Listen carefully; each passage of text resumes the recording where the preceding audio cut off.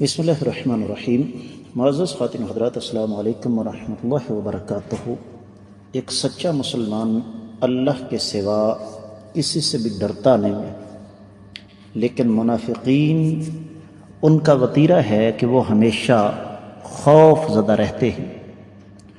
اب کس چیز سے سب سے زیادہ خوف زدہ رہتے ہیں، اس پر آج ہم بات کریں گے۔ اللہ تعالیٰ کی پاکیزہ کتاب قرآن مجید کی روشنی میں معمول کے مطابق سب سے پہلے آیت مبارکہ کی تلاوت کرتے ہیں۔ اعوذ باللہ السمیع العلیم من الشیطان الرجیم۔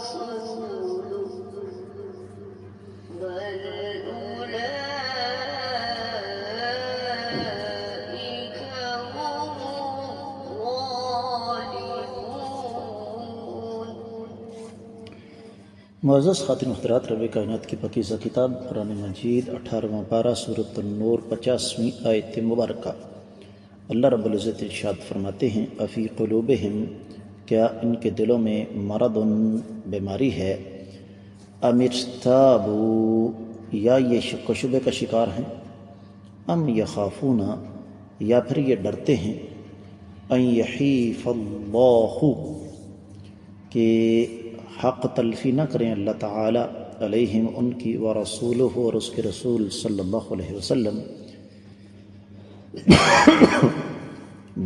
بلکہ اولئک، یہ وہ لوگ ہیں، ہم یہی ہیں، الظالمون، ظالم۔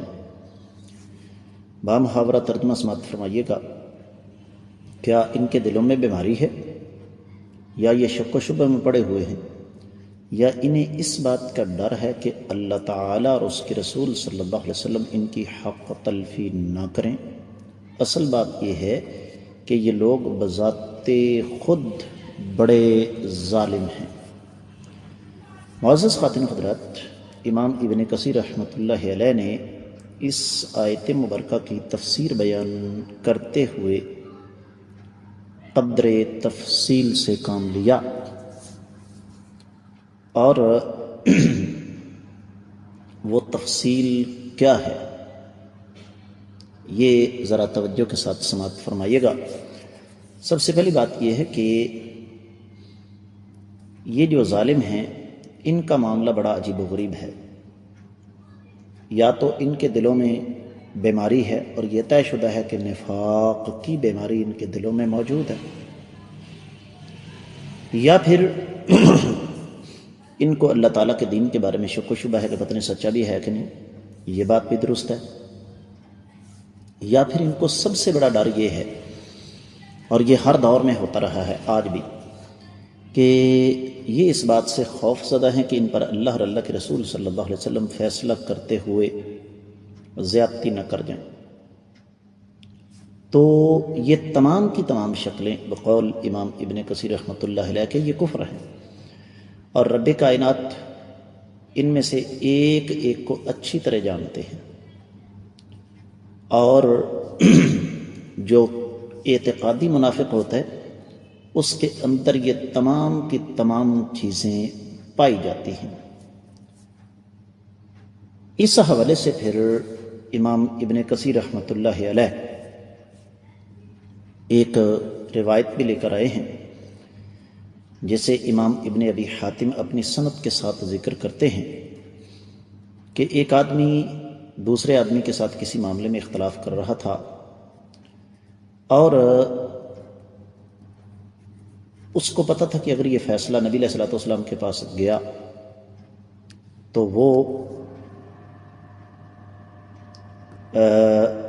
اپنی بات نبی علیہ الصلوۃ والسلام کے سامنے رکھے گا تو آقا علیہ الصلوۃ والسلام کیا فیصلہ کریں گے۔ یہ بات بالکل اپنی جگہ اٹل تھی، تو اس نے پھر کیا کیا، کہنے لگا بات اصل میں یہ ہے کہ ہم آقا علیہ الصلوۃ والسلام کے پاس جاتے ہی نہیں، فلاں کی طرف چلے جاتے ہیں۔ تو اللہ تعالیٰ نے یہ آیت مبارکہ نازل فرما دی، اور نبی علیہ الصلوۃ والسلام نے فرمایا جس آدمی کے ساتھ، جس آدمی کو معلوم ہے کہ میں غلط ہوں اور وہ اپنے ضمیر کی عدالت کے سامنے مجرم ہے، اور اس کو پتہ ہے کہ میں حاکم کے پاس گیا تو میرے حق میں فیصلہ نہیں ہوگا، اور وہ نہیں جاتا تو اس سے اس کا ظلم ختم نہیں ہو جاتا، ایسا شخص ظالم ہے، اس کا کوئی حق نہیں ہے۔ دیگر کتب تفاسیر کا اگر جائزہ لیا جائے تو اہل علم یہ فرماتے ہیں کہ جس بیماری کا یہاں پر تذکرہ ہوا ہے وہ یہی ہے کہ انہیں اس بات کا یقین ہے کہ جب ہماری بات، ہمارا معاملہ کائنات کے امام صلی اللہ علیہ وسلم کے سامنے گیا تو فیصلہ ہمارے خلاف ہوگا۔ امام ابن جریر، امام قرطبی، اسی طریقے سے امام ابن القیم نے زاد المعاد میں، امام ابن جریر وغیرہ نے، پھر امام مقاتل بن حیان، امام ابن ابی زمانین اور دیگر ائمہ کرام اسی طرف گئے ہیں کہ یہ بالکل ایسے ہی ہے کہ ایک مریض آدمی ہے اور اس کو پتہ ہے کہ میری شفا فلاں خوراک یا فلاں دوائی میں ہے، لیکن وہ اس سے نہیں استفادہ کرتا بلکہ اسی طرف جاتا ہے جو اس کو نقصان دے۔ اگلی بات یہ ہے امیر تھا بہو کہ یا پھر یہ شک کا شکار ہیں۔ منافق آدمی ہمیشہ بکری کی طرح ہوتا ہے، کبھی ادھر منہ مارا کبھی ادھر منہ مارا، اور ایسے لوگ آج بھی موجود ہیں۔ دین کی باری آئی تو اسلام، اور نظام حکومت کی باری آئی تو جمہوریت، اور اگر اکانومی کی، مالی معاملات کی باری آئی تو پھر ہمارے سامنے سوشلزم۔ تو یقینی طور پر منافق آدمی کی حالت یہی ہوتی ہے۔ اگلی بات یہ ہے کہ ام یخافون ان یحیف اللہ علیہم ورسولہ، ان کا دماغ خراب ہو چکا ہے۔ کیا یہ ممکن ہے کہ اللہ اور اللہ کے رسول صلی اللہ علیہ وسلم کبھی زیادتی کریں؟ ممکن ہی نہیں، لیکن ان کو ڈر ہے اسی بات کا۔ ڈر اس بات کا نہیں ہے، ڈر اصل میں اس بات کا ہے کہ جو فیصلہ ہوگا وہ ان کی اپنی مرضی کے خلاف ہوگا۔ تو اللہ تعالیٰ فرماتے ہیں یہ لوگ ظالم ہیں۔ کیا مطلب؟ یہ اپنی جانوں پر خود ظلم کر رہے ہیں، کیونکہ تسلیم و رضا اور شریعت کی پیروی ان کے لیے موت ہے۔ اور اگر تھوڑا سا غور کیا جائے معزز خواتین و حضرات، تو آج مسلمانوں کی اکثریت اسی ٹریک پر چل رہی ہے۔ ہم اگر اپنے فیصلے عدالتوں کی بجائے مساجد میں کروانا شروع کر دیں تو خرچہ بھی بچے، وقت بھی بچے، اور دیگر بہت سارے مسائل کا حل بھی ہو جائے، لیکن ہم نہیں کرتے۔ اس کی وجہ ہمیں اس بات کا علم ہوتا ہے کہ ہم غلط ہیں، ہم جھوٹے ہیں، تو اس وجہ سے ہم عدالتوں میں جا کے جھوٹی سچی گواہیاں ڈال کر، جج خرید کر، وکیل خرید کر، اور الٹے سیدھے ثبوت، جھوٹے ثبوت پیش کر کے وہاں پر اپنے آپ کو سچا ثابت کر دیتے ہیں۔ تو پہلی چیز وہ کیا ہے؟ بیماری نفاق کی، ایمان کی کمزوری۔ دوسری بیماری نبی علیہ الصلوۃ والسلام کی نبوت پر شک۔ اور تیسری بیماری کہ چونکہ انہیں یقین ہوتا ہے کہ ہماری مرضی کا فیصلہ نہیں ہوگا، لہذا یہ پیچھے پیچھے رہتے ہیں۔ تو اہل علم یہ فرماتے ہیں، خاص طور پر راحت و تفسیر میں لکھا ہوا ہے کہ پہلا سوال اس بات کا ثبوت ہے کہ ان کے دلوں میں بیماری ہے۔ قرآن کہتا ہے وَمَنْ أَحْسَنُ مِنَ اللَّهِ حُكْمًا لِقَوْمٍ يُوقِنُونَ، اللہ سے بہتر فیصلہ کون کر سکتا ہے؟ لیکن شرط یہ ہے کہ لوگ یقین والے ہوں۔ 50ویں آیت مبارکہ سورۃ المائدہ کی۔ دوسرا سوال، ان کی حالت پر تعجب کا اظہار کیا اللہ تعالیٰ نے کہ ایک طرف ایمان کا دعویٰ کرتے ہیں اور دوسری طرف دل کے اندر شک ہے۔ اور تیسرا سوال یہ دراصل اس بات کا پکا ثبوت ہے کہ منافقین چاہے آقا علیہ السلام کے دور میں ہوں چاہے آج کے دور میں، ان کو یقین ہوتا ہے کہ چونکہ فیصلہ ہماری مرضی کے مطابق نہیں ہوگا، لہذا یہ پھر ڈکے چھپے الفاظ میں شریعت پر الزام عائد کرنا شروع کر دیتے ہیں۔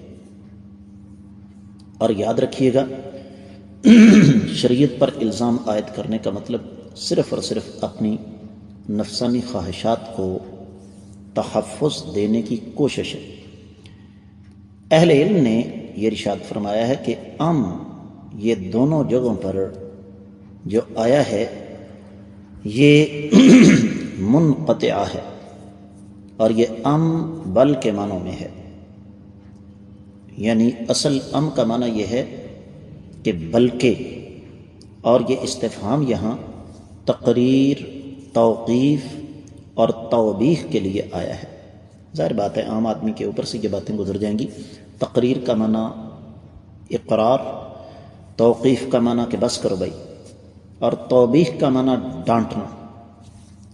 تو یہ اللہ مالک العلام رب الجلال والاکرام نے بذات خود ان ظالموں کو ڈگری دی کہ یہ لوگ ظالم ہیں۔ ظالم کیسے ہیں؟ اہل علم نے یہ لکھا، خاص طور پر تفسیر المراح میں بڑا پیارا جملہ ہے، یریدون ان یظلموا من لہ الحق علیہم، کہ یہ اس شخص پر ظلم کرنا چاہتے ہیں جو بذات خود حق پر ہوتا ہے۔ اور آپ کو پتہ ہے کہ ایسے بد نصیب آج بھی موجود ہیں۔